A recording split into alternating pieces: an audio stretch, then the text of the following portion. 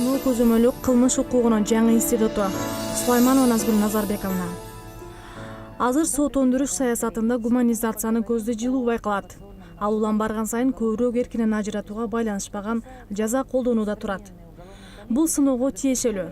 Сыноо бул адамды эркинен ажыратпай жазалоонун прогрессивдүү заманбап формасы болуп саналат. Анын негизине соттолгондун эркинен ажыратып жазалоо колдонбой оңолуусу жана ага социалдык колдоо жана коштоо, реабилитациялык жана коррекциялык багыт берүү коюлган. Сыноо укук бузуучуларга карата ийкемдүү саясат жүргүзүүнү, жеке мамиле кылууга, эркинен жана коомдон ажыраганда мүмкүн болчу социалдык нравалык, психикалык, травмалык кесепетин жеңүүгө мүмкүндүк берет.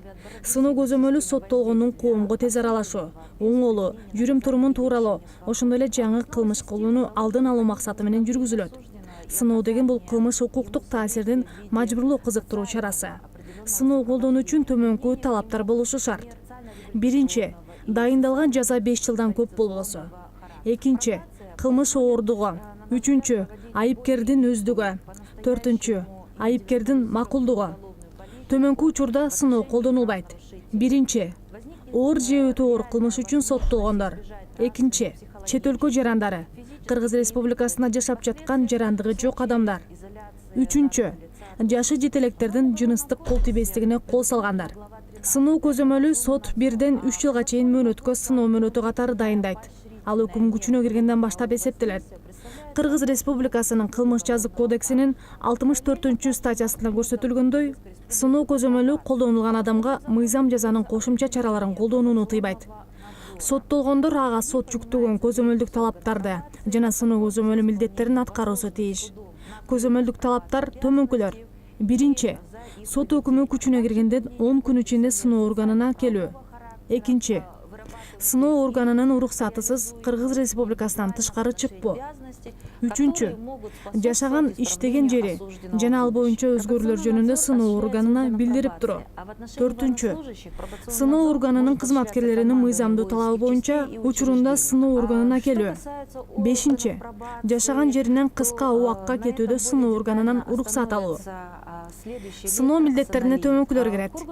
Биринчи, алкоголизмден, токсикоманиядан, наркоманиядан жана мурда өкүм чыккыча макулдук берген башкалар үчүн да коркунучтуу оорулардан дарылануу курсунан өтүү. Экинчи, алкоголдук, токсикологиялык, психотроптук жана наркозат колдонбоо. Үчүнчү, белгилүү адамдар менен байланышпоо. Төртүнчү, кылмыштын кесепетинен жабырлануучуга келтирилген сот аныктаган зыяндын суммасын мөөнөтүндө төлөө.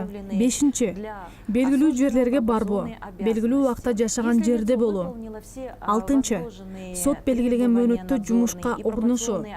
Жетинчи, ошондой эле өзүнүн кароосундагы адамдарды багуу. Сегизинчи, сот жүктөгөн башка милдеттерди аткаруу.